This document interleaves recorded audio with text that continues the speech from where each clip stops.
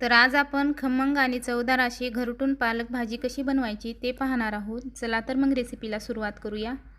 तर इथे मी सर्वप्रथम एक जुडी पालक स्वच्छ धुवून निवडून घेतलेला आहे। पालक कट करण्याच्या पहिलेच आपल्याला स्वच्छ धुवून घ्यायचे आहे, त्यानंतरच पालक आपल्याला पूर्णपणे कट करून घ्यायचा आहे। तर अशा पद्धतीने चाकूच्या साहाय्याने मी ते बारीक बारीक असे कट करून घेतलेला आहे। पालक पूर्णपणे कट करून घेतलेला आहे। त्यानंतर आता आपल्याला त्यामध्ये डाळ टाकायची आहे। तुम्ही आवडीप्रमाणे डाळी टाकू शकता। इथे मी 1 वाटी तूर डाळ घेतलेली आहे, अगदी छोटी वाटी आहे। त्याचबरोबर त्याच वाटीने मी 1 वाटी मुगाची डाळ घेतलेली आहे।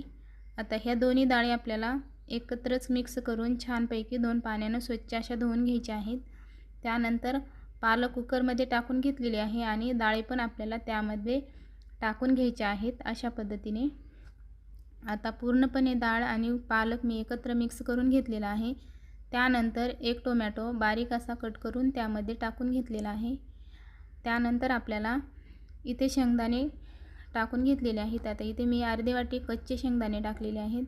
त्यानंतर 6 हिरवी मिरची, आवडीप्रमाणे तुम्ही तुमच्या लाल किंवा हिरवी मिरची टाकू शकता। त्याचबरोबर आता पाणी मी थोडंसं टाकलेलं आहे। आता पूर्णपणे मस्त अशी डाळ पालक शिजलेला आहे।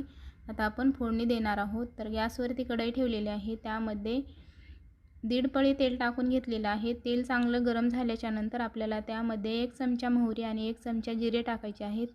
जिरे मोहरी चांगली तडतडल्यावर त्यामध्ये आपल्याला थोडासा लसूण बारीक असा खोडून टाकलेला आहे। अशा पद्धतीने लसूण करून टाकल्यानं त्यामध्ये तर पालक खूप छान चवदार होतात। त्यानंतर 2 लाल मिरच्या टाकलेल्या आहे, थोडासा कढीपत्ता टाकलेला आहे। खमंग अशी आपली फोडणी तयार झालेली आहे। त्यानंतर पाव चम्मच हळद तेलामध्येच मी टाकलेली आहे। आता हटून घेतलेला पालक आणि डाळ त्यामध्ये अशा पद्धतीने टाकून घेऊया। मस्त अशी चवदार आपली पालक फोडणी तयार झालेली आहे। आता हे सर्व मिक्स करून घ्यायचं आहे। त्यानंतर आपल्याला त्यामध्ये चवीनुसार मीठ टाकायचं आहे आणि भाजून घेतलेला शेंगदाण्याचं 2 चमचे कूट टाकून घेतलेला आहे। इथे तुम्ही शेंगदाण्याचं कूट टाकण्याऐवजी डाळीचं पीठ पण तुम्ही या भाजीला लावू शकता।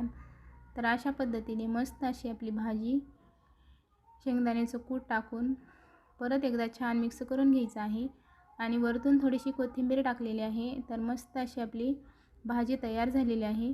तर रेसिपी कशी वाटली नक्की कमेंट करून सांगा। व्हिडिओ आवडला तर लाईक, शेअर आणि सबस्क्राईब करायला विसरू नका। पूर्ण व्हिडिओ पाहिल्याबद्दल धन्यवाद।